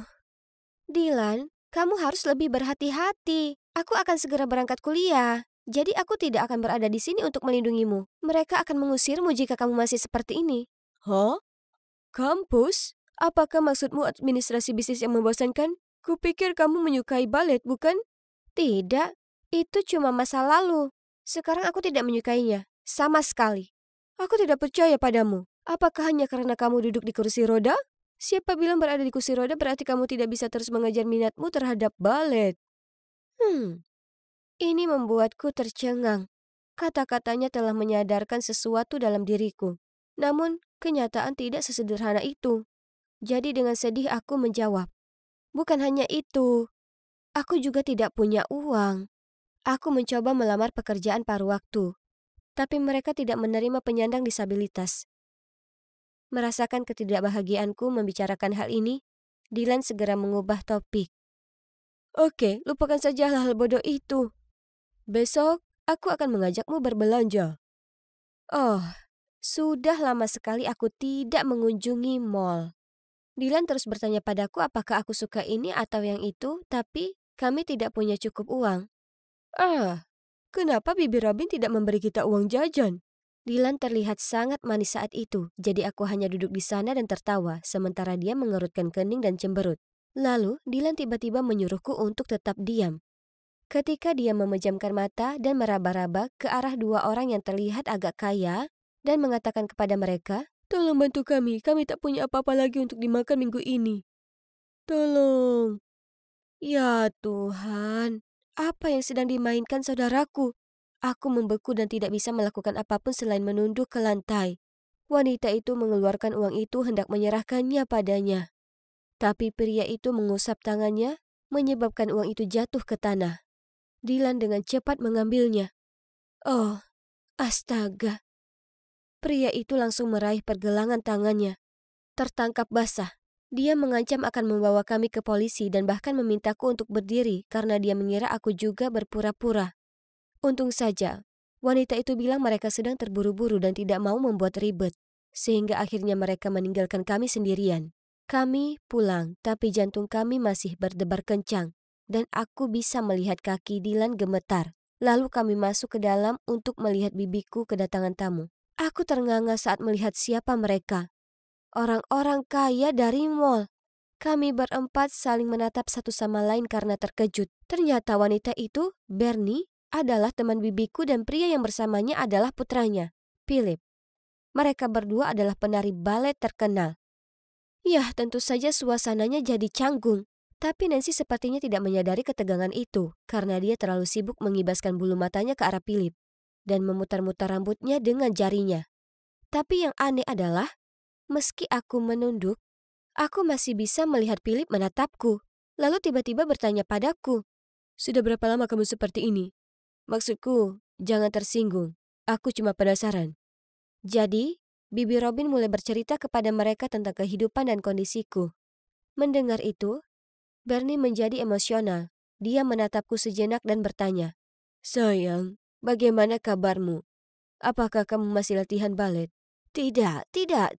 Dia tertarik pada bisnis sekarang. Dia akan mendaftar pada musim gugur ini. Bernie berhenti sejenak, lalu tersenyum berkata, Oh, bagus sekali. Aku senang kamu menemukan sesuatu yang kamu sukai. Aku tidak tahu kenapa, tapi aku merasa sangat sedih. Jadi aku minta diri untuk meninggalkan meja. Dylan mengikutiku dan memberikanku sebuah amplop. Aku melihat ke dalamnya. Isinya penuh uang. Aku hanya punya sebanyak ini, tapi tolong ambillah dan ikuti kelas balet lagi. Jantungku berdebar kencang. Bagaimana dia mampu mendapatkannya? Tapi kemudian, dia tidak memberiku waktu untuk mengatakan apapun ketika dia mengambil kembali uang itu dan berkata, Oh, atau izinkan aku yang mendaftarkanmu. Dan yang mengejutkan, dia benar-benar melakukannya. Dylan menemukan sebuah pusat yang memberikan beasiswa bagi siswa penyandang disabilitas. Sejak itu, aku kembali ke dunia balet. Sepertinya aku hidup kembali. Setiap hari aku sangat ingin bangun untuk mengikuti hasratku. Dan aku juga berlatih untuk kontes balet internasional di New York. Suatu saat setelah latihan, aku melihat seseorang di dekat pintu, memperhatikanku. Philip. Aku tidak tahu kenapa, tapi begitu aku melihatnya, hatiku berdebar. Dia berjalan ke arahku, dan kami mulai berbicara. Ternyata, dia mengajar di pusat ini. Setelah itu, dia selalu meluangkan waktu untuk membantuku selama latihan, dan sepertinya kami adalah pasangan yang serasi. Tapi hal-hal baik tidak bertahan lama. Hari itu aku sedang berlatih dengan Philip ketika ada suara yang berseru, "Joyce, kenapa kamu ada di sini?" Aku berbalik kaget melihat Nancy yang melotot berdiri di pintu ruang latihan. Ternyata Nancy datang untuk bertemu dan menyapa siswa di pusat kami, dan tidak sengaja melihat Philip membantuku. Mungkin dia kesal karena kami terlihat cukup dekat. Setelah itu, kami bertemu di kamar mandi. Lalu Nancy bertanya kepadaku, "Aku tahu kamu tidak punya $1 pun. Jadi siapa yang memberi kamu uang untuk ini?" "Oh, itu Dylan." "Berhentilah berbohong. Dia cuma anak bodoh. Aku tidak bisa membayangkan dia punya sisa $1.500 untuk membayar 6 bulan kelas pelajaran." "Kamu minta Phil untuk membayar kelasmu, kan?" Berhenti bersikap lemah untuk mendapatkan simpati orang lain. Itu tidak terdengar seperti sesuatu yang biasanya dilakukan oleh sepupu manisku. Iya kan? Jadi, apakah Dylan berbohong padaku? Kursus ini bukan beasiswa untuk penyandang disabilitas? Mustahil. Aku segera mengemasi barang-barangku untuk pulang untuk berbicara dengan Dylan tentang hal ini. Namun dalam perjalanan keluar, aku bertemu Philip. Jadi aku bertanya kepadanya apakah benar tidak ada beasiswa seperti itu di pusat ini. Tapi dia hanya menghela napas dan membawaku ke tempat yang tenang untuk bicara. Dan apa kalian tahu? Dia mengakui bahwa dialah yang sebenarnya telah merencanakan segalanya dengan Dylan. Dan bahkan mengatakan bahwa dia menyukaiku dan ingin membantuku. Aku kaget, tapi jauh di lubuk hati, aku juga senang mendengarnya. Sama seperti aku menyukainya. Tapi aku merasa seperti beban. Dan Nancy juga menyukainya, jadi aku menolaknya. Nancy tidak lagi sama setelah itu. Setiap kali mata kami bertemu, dia berbicara lalu membuang muka. Lalu suatu kali aku menemukan sepatu baletku basah oleh kopi. Dan di lain waktu bahkan ada catatan di tasku yang berbunyi, "Jangan kejar Philip karena kamu tidak bisa lari. LOL." Pasti sepupuku tercinta yang melakukan hal ini, kan? Aku merasa sedikit kesal pada awalnya, tapi aku tidak punya waktu untuk meladeni permainannya. Aku ada kompetisi untuk berlatih. Kemudian, sehari sebelum pertunjukan, aku tiba di rumah untuk mendengar Bibi Robin di ruang tamu sedang berhadapan dengan Bernie. "Hei, kamu harus mengirim lebih banyak uang. Joyce ikut serta dalam kompetisi balet kali ini. Jadi biayanya agak mahal. Benarkah? Tapi kamu bilang dia tidak tertarik pada balet lagi. Lagi pula, kenapa dia tidak mengambil beasiswa balet untuk New York City Ballet?" Berhenti keluar dari topik. Ingat, kamu adalah penyebab kematian saudara iparku dan kaki keponakanku. Jadi, kamulah yang harus disalahkan seumur hidup ini. Dan sekarang kamu bahkan tidak dapat menyisihkan uang receh untuk mendanai mimpinya. Apa? Apa yang mereka bicarakan? Aku sangat terkejut hingga tas belanjaanku terjatuh ke lantai. Bibi Robin berbalik dan melihatku. Menyadari bahwa aku telah mendengar semuanya, dia memberi isyarat kepadaku agar masuk ke dalam ruangan dan menceritakan seluruh kisah tragisnya. Ternyata, penyebab kecelakaan itu tak lain adalah Bernie. Dia menyeberang jalan tanpa melihat, sehingga menyebabkan ayahku banting setir untuk menghindarinya dan menabrak pohon. Setelah itu, dia melarikan diri. Karena dia sangat panik dan takut hal itu akan mempengaruhi reputasinya. Melalui persahabatannya dengan Bibi Robin, dia mengetahui situasiku dan masih memberikan uang bulanan sebagai kompensasi untukku. Bagaimana dengan beasiswa yang dibicarakan Nona Bernie? Baiklah. Lagi pula kamu tidak bisa bersekolah di sekolah itu. Jadi, lebih baik biarkan Nancy yang mengambilnya, kan? Apa? Aku tidak percaya bibiku akan melakukan itu. Dia tahu betapa aku menyukai balet. Aku selalu mengira Bibi Robin begitu baik karena mau memberiku rumah. Padahal kenyataannya, dia memanfaatkanku agar Bernie mau berinvestasi dalam karir balet Nancy. Kata kekecewaan tidak bisa sepenuhnya menggambarkan perasaan aku saat itu. Rasa sakitnya hampir tak tertahankan. Aku terbangun dengan perasaan tidak enak, tetapi aku memaksakan diri untuk bersiap-siap dan menuju ke kompetisi. Di sana ramai. Sama seperti di dalam pikiranku, aku tidak repot-repot menonton pertunjukan lainnya sampai penampilan Nancy. Dia sangat anggun, dan juri mengatakan dia melakukannya dengan baik. Namun aku merasa ada sesuatu yang kurang. Dan sekarang giliranku. Aku melihat ke arah kerumunan dan melihat ada Bernie, Dylan, dan Philip. Mereka semua tersenyum dan bertepuk tangan saat MC memanggil namaku.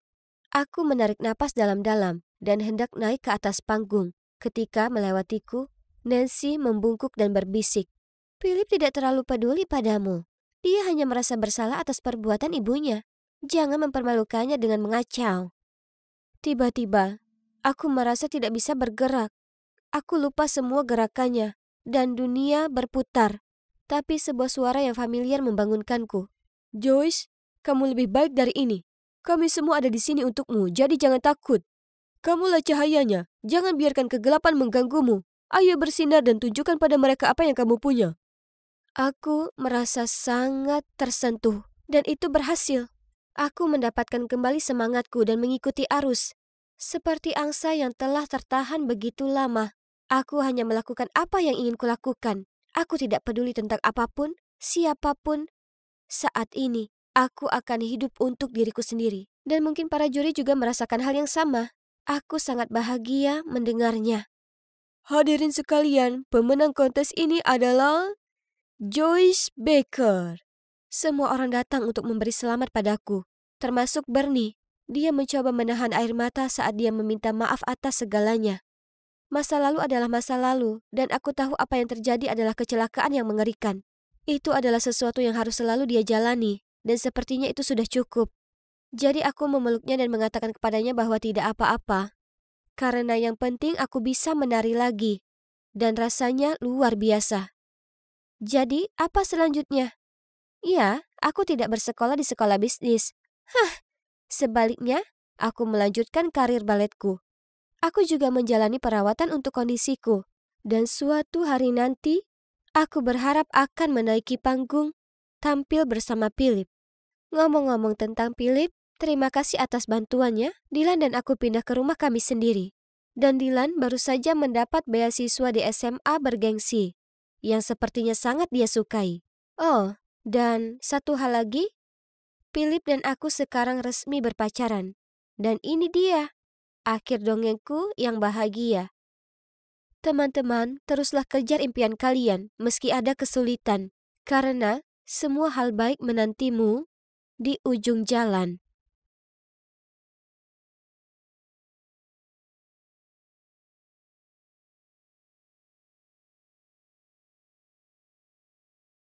Ini pasti Nimpalide. Bukan, itu Amatuside. Lihatlah pola sayapnya. Oh, astaga. Bagaimana mereka bisa begitu terobsesi dengan serangga bodoh?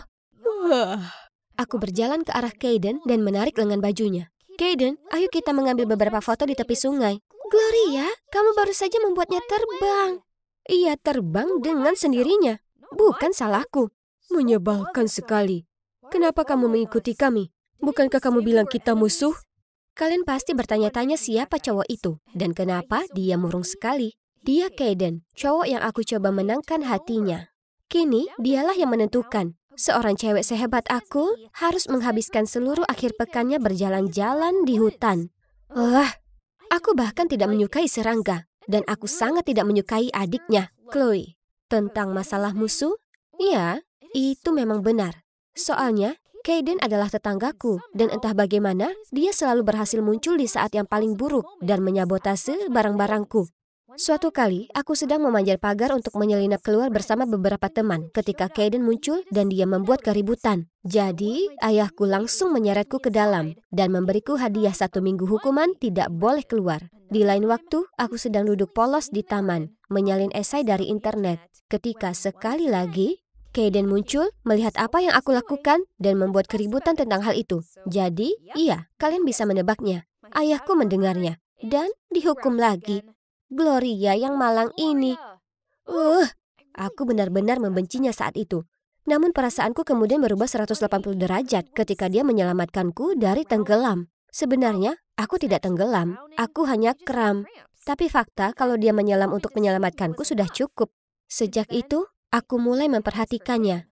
Tapi, tidak peduli seberapa keras aku mencoba, dia selalu dingin terhadapku.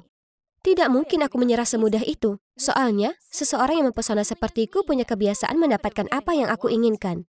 Dengan mengingat hal ini, aku mengejar mereka. Tapi ada dahan yang menghalangi jalanku, dan aku terguling menuruni bukit. Segala sesuatu di sekitarku berputar, lalu dunia menjadi gelap. Astaga, mataku. Ada apa dengan cahaya terang yang menyilaukan? Aku mencoba untuk duduk, mengucuk mataku, lalu melihat Kaden dengan panik berlari ke arahku. Gloria, kamu sudah bangun. Apa ada yang terasa sakit? Oh, ya, benar. Aku terjatuh dan pingsan. Tapi, tunggu dulu. Apakah Kaden mengkhawatirkanku? Andai saja dia selalu memperlakukanku seperti ini. Tiba-tiba, sebuah ide terlintas di benakku. Aha! Gloria, kamu baik-baik saja? Hah? Siapa kamu? Kenapa aku di sini? Kaden panik dan berlari mencari dokter, sementara Chloe menghampiriku. Kamu benar-benar tidak ingat kami? Aku pura-pura kaget.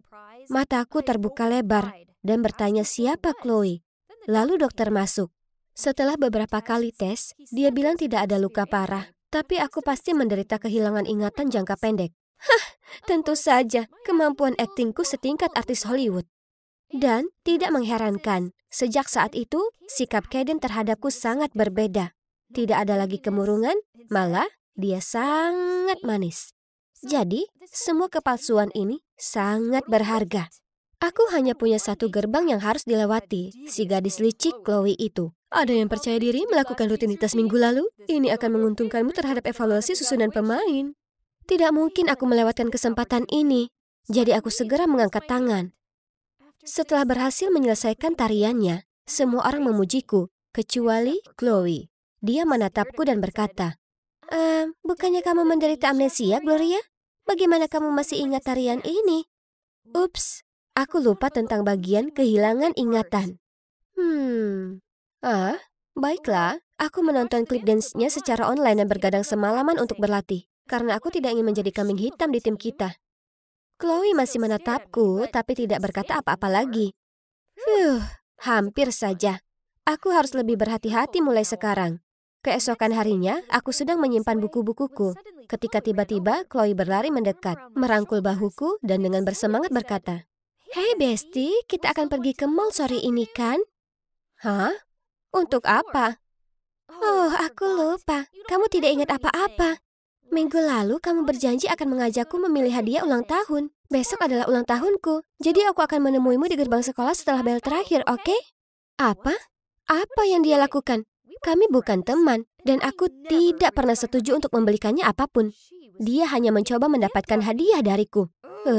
Tapi karena aku seharusnya menderita amnesia, aku juga tidak bisa mengungkapnya. Sungguh membuat frustrasi. Dia tanpa ragu memilih gaun termahal di toko. Aku tertawa sambil menangis saat melihat label harganya. $150 yang luar biasa. Tapi bukan itu saja. Saat kami hendak meninggalkan mall, tiba-tiba Chloe menoleh ke arahku dan kembali memasang senyum palsunya. Hei Gloria, lakukan ini dengan wajahmu. Aku akan membuatkan video TikTok untukmu. Lalu dia menunjukkan teleponnya padaku. Hah? Apa ini? Mereka semua berwajah jelek. Aku segera melambaikan tangan. Tidak mungkin, mereka terlihat menjijikkan. Wah, itu lucu. Ini semua video yang kamu kirimkan kepadaku beberapa hari yang lalu dan memintaku untuk merekamnya untukmu. Kemudian, Chloe mengangkat teleponnya. Dan aku tidak punya pilihan selain melakukannya. Astaga, aku tidak ada bedanya dengan boneka di tangannya. Parahnya, video tersebut dengan cepat menjadi viral di seluruh sekolah. Dan sekarang, setiap kali orang melihatku, mereka akan meniru gerakan konyol itu dan tertawa terbahak-bahak. Chloe yang menjengkelkan itu. Kenapa dia terus membuat hidupku seperti neraka? Akhir pekan ini akan ada berkemah alam semalaman. Semua orang tampak bersemangat, kecuali aku. Alam sangat buruk. Lalu tiba-tiba, Chloe angkat bicara. Bu, kakakku Kaden sedang belajar biologi. Bolehkah aku mengundangnya untuk datang dan membantu? Telingaku terangkat mendengar nama Kaden. Tentu saja gurunya menyetujuinya. Ini berarti menghabiskan seluruh akhir pekan bersama Kaden dan duduk di dekat api unggun, bersandar di bahu satu sama lain, dan menatap bintang-bintang. Ya Tuhan, betapa romantisnya. Tapi ekspektasi tidak sesuai kenyataan. Kaden begitu sibuk sehingga aku bahkan belum melakukan kontak mata dengannya. Aku sedang duduk dan memperhatikan Kaden menginstruksikan pada siswa tentang cara mengenali jamur beracun ketika tiba-tiba seseorang menepuk bahuku. Itu Chloe. Hei, Ayo pergi ke sungai terdekat untuk mengambil foto. Itu sangat membosankan. Aku sudah mengambil jutaan foto di sungai bodoh itu. Karena aku berada di sini setiap minggu bersama Kaden dan saudara perempuannya yang menyebalkan ini. Tapi, ya, menurutku itu masih lebih menyenangkan daripada duduk di sini sendirian, kan? Jadi, aku berpura-pura tertarik dan mengikutinya. Wow, tempat ini indah sekali. Hentikan tindakan itu. Sekarang hanya ada kita berdua. Jadi kamu tidak perlu berpura-pura lagi. Aku tahu semuanya. Chloe menyeringai dan melanjutkan. Sekarang mari kita lihat bagaimana kamu keluar dari masalah ini. Hah?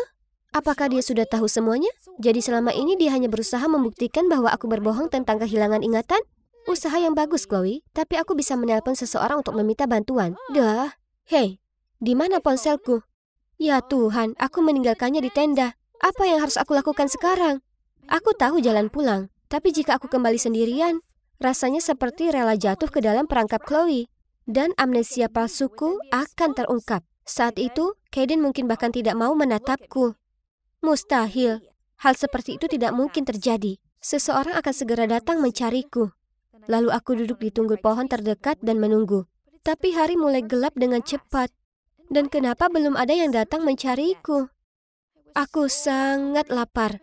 Aku belum makan apapun selama berjam-jam. Tiba-tiba, dahan di belakangku mengeluarkan suara aneh yang membuatku gemetar ketakutan. Mengesampingkan pikiranku, aku buru-buru menemukan jalan kembali ke perkemahan. Di tengah perjalanan, tiba-tiba aku melihat dua sosok berjalan ke arahku. Namun mereka terlihat sangat berdebat cukup sengit. Apa kamu tahu betapa berbahayanya di hutan malam hari? Bagaimana jika sesuatu terjadi pada Gloria? Dia tahu jalan pulang. Dia hanya berpura-pura untuk menarik perhatianmu. Atau apakah kamu takut ayahnya tidak akan mempekerjakanmu lagi? Tunggu sebentar. Suara-suara itu sangat familiar. Apakah mereka Kaden dan Chloe? Tapi apa yang mereka bicarakan? Ayah? Memperkerjakan? Apa maksudnya? Aku mengambil langkah cepat ke depan dan tercengang saat melihat Kaden dan Chloe secara langsung. Begitu dia melihatku, Kaden dengan panik bertanya, "Kamu baik-baik saja? Apa yang kalian berdua bicarakan? Dan apa hubungannya dengan ayahku?" Saat Kaden masih bingung, Chloe merasa kesal dan berkata, "Ayahmu yang mempekerjakan Kaden untuk menjaga dan melindungimu. Sekarang berhentilah bertanya kenapa dia selalu muncul di waktu yang tepat untuk menghentikan kenakalanmu." Apa? Apa yang baru saja Chloe katakan? Benarkah ayahku yang mempekerjakan Kaden? Aku harus segera pulang untuk meminta ayahku menjelaskan semuanya. Aku bergegas pergi, tapi masih bisa mendengar suara Chloe di belakangku. "Lihat, sudah kubilang ingatannya masih utuh. Itu semua hanya akting." Begitu sampai di rumah, aku menerobos masuk ke kantor ayah. "Apakah ayah mempekerjakan Kaden untuk mengawasiku? Kenapa kau melakukan itu?" Melihat dia tidak bisa menyembunyikannya lagi, ayah menceritakan semuanya padaku. Ternyata, beberapa tahun yang lalu, secara kebetulan, dia melihat Kaden melindungi Chloe saat Chloe membuat keributan di toko kelontong. Dan dia terkesan dengan kedewasaannya. Belakangan, dia juga mengetahui bahwa orang tuanya sudah lama meninggal, dan mereka tinggal bersama neneknya. Ini adalah situasi yang sangat menyedihkan. Jadi, ayah mendapat ide untuk membayar Kaden untuk mengawasi dan melindungiku, yang membuatnya merasa lebih yakin dengan putrinya yang nakal dan licik. Dan pada saat yang sama, ini akan membantu keluarga Kaden memenuhi kebutuhan hidup mereka. Jadi, ternyata Kaden menyelamatkanku bukan karena dia orang baik, tapi hanya demi uang ayahku. Aku sangat kecewa dan sedih sehingga aku mengunci diri di kamar selama akhir pekan. Sampai aku sedang berjemur di taman ketika sebuah bola bisbol terbang melewati pagar dan hampir membuatku pingsan. Aku sangat marah. Siapapun yang melemparkannya bisa saja membunuhku. Saat itulah Kaden muncul. Dia bergegas mengambil bolanya lalu berkata kepadaku, "Hai Gloria, aku minta maaf soal itu. Temanku sedang berkunjung dan dia payah saat melempar bola." Aku melipat tanganku dan bergumam, "Terserahlah." Dia mulai berjalan pergi, lalu berhenti, kembali menatapku dan berkata, "Lihat Gloria, ayahmu membayarku untuk melindungimu. Dan aku mengenalmu dan sifat penipumu. Jadi aku tahu sejak awal bahwa kamu berpura-pura kehilangan ingatan. Masalahnya, menurutku itu lucu kalau kamu melakukan itu hanya untuk membuatku terkesan." Aku memberinya pandangan skeptis. "Apa dia serius?" "Aku menyukaimu. Aku, sudah menyukaimu sejak lama. Tapi aku punya tugas yang harus kupikirkan." Tapi aku sudah memikirkannya dan memberitahu ayahmu bahwa aku berhenti. Aku tidak ingin menjadi penjagamu lagi. Aku lebih suka menjadi pacarmu. Jadi, bagaimana menurutmu? Oh, betapa beraninya orang ini. Aku gagal menahan senyumanku ketika menjawab. Aku kira menjadi pacarmu pasti menyenangkan. Tapi tidak ada serangga lagi. Lalu aku melompat dan memeluknya. Jadi, sekarang aku dan Kaiden resmi pacaran. Dan aku tidak perlu berpura-pura kehilangan ingatan lagi. Hei, menurutku itu tidak terlalu mengejutkan. Aku bilang aku selalu mendapatkan apa yang kuinginkan.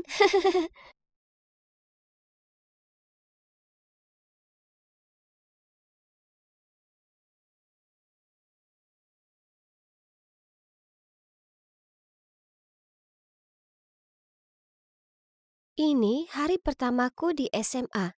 Dan tentu saja, kuatasi dengan baik. Maksudku, siapa yang tak ingin berteman dengan orang secantik dan seramah aku? Saat makan siang, aku sudah punya banyak teman baru, dan semua orang berkerumun mengelilingiku untuk mendengar cerita tentang hidupku yang luar biasa. Aku segera jadi sangat populer di sekolah. Aku ini si cantik berambut pirang yang mempesona. Apa kalian tahu bagian terbaiknya? Cowok-cowok mulai memperhatikanku juga. Bahkan kapten tim basket, Mitchell, juga suka padaku. Itu masuk akal, maksudku terang saja. Cowok paling tampan di sekolah akan tertarik dengan cewek tercantik di sekolah. Dan coba tebak, dia mengikutiku di perjalanan pulang saat ini. Terus menguntitku, ha? Tunggu saja. Sepertinya kehidupanku yang baru di sekolah ini akan jadi luar biasa. Nah, Mia, itu bukan pertanyaan mudah, tapi kau menjawabnya dengan sangat tepat. Kerja bagus. Lihat kan, tak hanya berparas cantik, aku juga salah satu murid terpintar di sekolah. Para penggemarku bertambah dan bertambah. Sepertinya semua orang ingin habiskan waktu dengan orang sesempurna aku. Di sini aku cerita ke teman-temanku bagaimana pada awalnya orang-orang kadang salah menilaiku, karena aku berasal dari keluarga yang sangat sukses dan terpelajar. Orang tuaku adalah orang yang kaya raya yang mendorongku untuk terus jadi versi terbaik dari diri sendiri dan berusaha keras agar tak mengecewakan mereka. Hei Mia, permisi, tapi kenapa kau tak pernah memakai pakaian rancangan desainer atau menggunakan barang mahal? Dia menatap ke sepatu kets milikku yang terlihat lusuh. Aku mengerti kenapa ini terlihat sedikit aneh, tapi asal kalian tahu, aku berpakaian seperti ini karena orang tuaku menekankan pentingnya bersikap rendah hati. Begitu juga cara hidupku. Kebaikan itu lebih baik daripada kecantikan, ya kan? Kemudian ku keluarkan ponselku dan tunjukkan ke mereka nilai-nilaiku dari sekolah lamaku. Semua orang terkesiap melihatku karena begitu sempurna.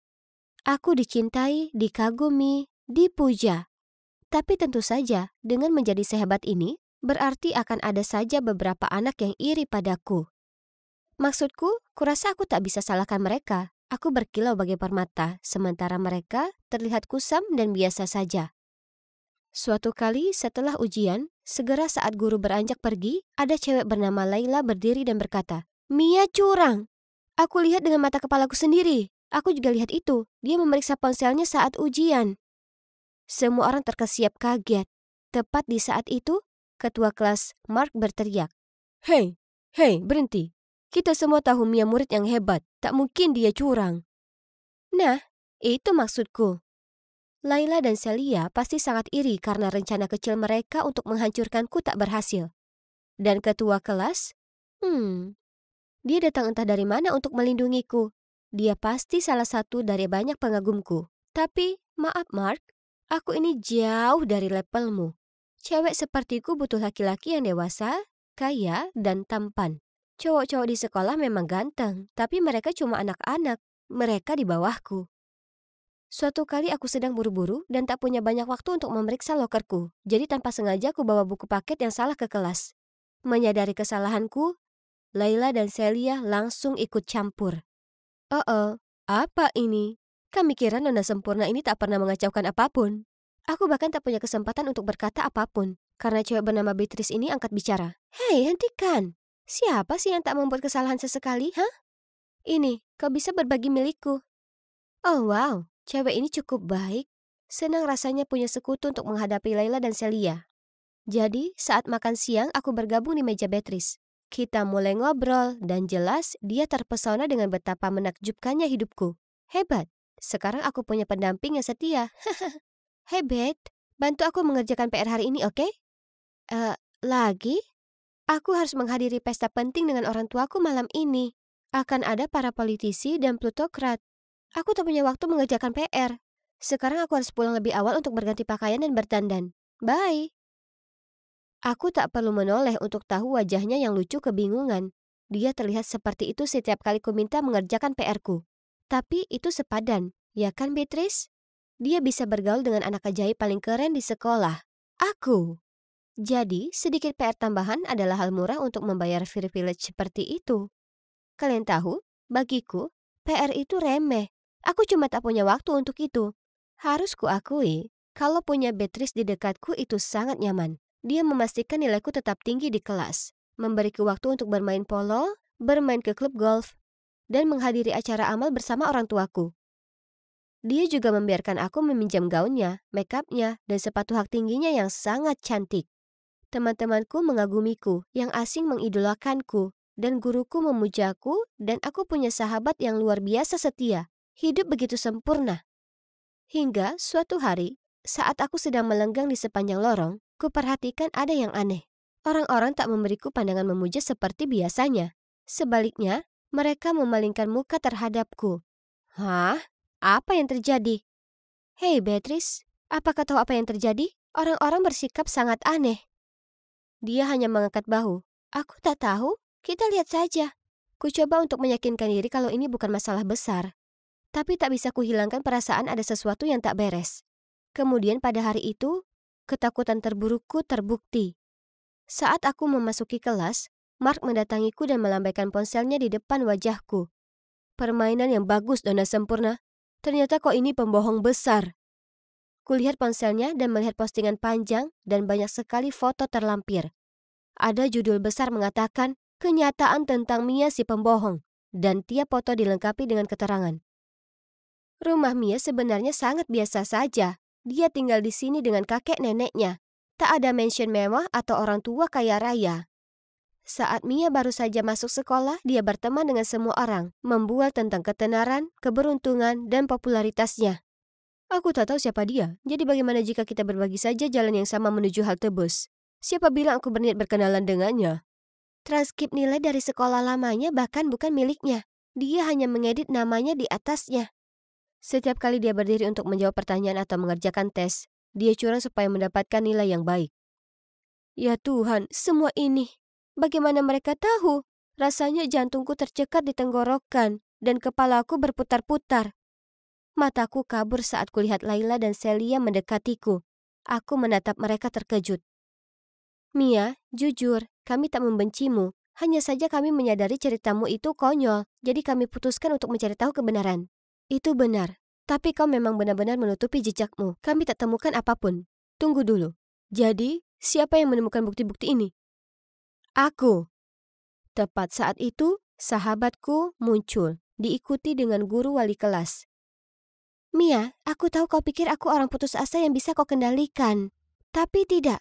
Aku segera mengetahui semua yang kau katakan itu bohong. Jadi kukumpulkan bukti untuk membuktikannya. Semua orang melongo padaku dengan kecewa. Aku merasa sangat kebingungan karena situasi tersebut. Ini tak mungkin terjadi. Kucubit lenganku. Aduh, itu sama-sama terasa sakit dan nyata seperti apa yang terjadi di depan mataku saat ini. Beatrice melanjutkan. Tak baik untukmu hidup dalam kebohongan seperti ini. Kau ini siapa? Gambaran realita mulai membanjiri pikiranku, membuat otakku rasanya seakan mau pecah. Kupegangi kepalaku dan berlari keluar kelas. Saat kubuka mataku, kudapati diriku sedang di rumah sakit. Wali kelas sedang duduk di sampingku dan kakek nenekku juga ada di sana. Mereka semua tampak sangat kecewa. Mia, kepala sekolah sangat marah dan akan mengeluarkanmu. Tapi Beatrice dan temannya yang meyakinkan beliau untuk membiarkanmu tetap sekolah. Apa? Beatrice? Tapi dia orang yang mengungkapku. Menyadari keterkejutanku, guru tersebut melanjutkan. Setelah melihat reaksimu, Beatrice sadar kalau mungkin kau punya masalah psikologis. Jadi dia meyakinkan kami untuk membantu membawamu ke rumah sakit untuk diagnosa. Aku memandang kakek dan nenekku. Mereka semua menangis. Tak disangka, tangisku pecah. Kudambakan kehidupan impian penuh dengan ketenaran, kekayaan, dan para pengagum. Sampai-sampai kubuat gambaran diriku sendiri di realita lain. Aku juga begitu terhanyut dalam skenario ilusi itu, sampai aku lupa dengan realitaku sendiri. Ini terjadi bulan lalu, dan saat ini aku sedang dalam pengobatan untuk delusiku, dan juga menemui terapis. Sekarang aku dalam perjalanan menemui Beatrice, Layla, Celia, dan Mark. Tidak, aku tak mengada-ngada. Aku sungguhan menemui mereka. Oh astaga, itu mereka. Ini menakutkan, tapi ada sesuatu yang harus kulakukan. Jadi ku tarik napas dalam-dalam, kemudian mengikuti saran terapisku. Aku bicara dari lubuk hatiku. Hai guys, terima kasih sudah datang. Pertama-tama, aku mau minta maaf karena berbohong. Nyatanya, aku hidup dengan begitu banyak kebohongan sampai tak bisa lagi membedakan mana yang nyata dan tidak. Terapisku membantuku sadar kalau semua ini berawal setelah aku kehilangan orang tuaku. Sebagian bawah sadarku putus asa mendambakan kehidupan impian ini, sampai kuciptakan hidup baru. Dengan cara ini aku tak harus terima kenyataan, yaitu orang tuaku telah tiada, dan aku hidup dengan kakek nenekku yang miskin. Setelah selesai bicara, kupandang mereka semua. Setengah bersiap mereka akan memakiku atau apa, tapi sebaliknya. Beatrice tersenyum padaku dan berkata, butuh banyak keberanian untuk datang ke sini dan mengatakan itu. Aku juga minta maaf. Seharusnya aku tak mengucilkanmu seperti itu, tapi aku tak tahu kau sedang sakit. Sama, aku bangga padamu. Aku juga. Aku juga. Sekarang, kapan kita pesan kuenya? Jadi, sekarang bagaimana? Ya, aku masih minum obat dan konsultasi dengan terapisku. Sekarang aku bisa bedakan antara angan-angan dan kenyataan. Dan juga aku kembali bersekolah. Dan para guru serta teman sekelasku semuanya sangat menerima. Lebih baik lagi, aku sekarang punya teman-teman luar biasa yang menyukaiku apa adanya. Dan apa kalian tahu? Ternyata hidup dalam kenyataan sebenarnya tidaklah terlalu buruk.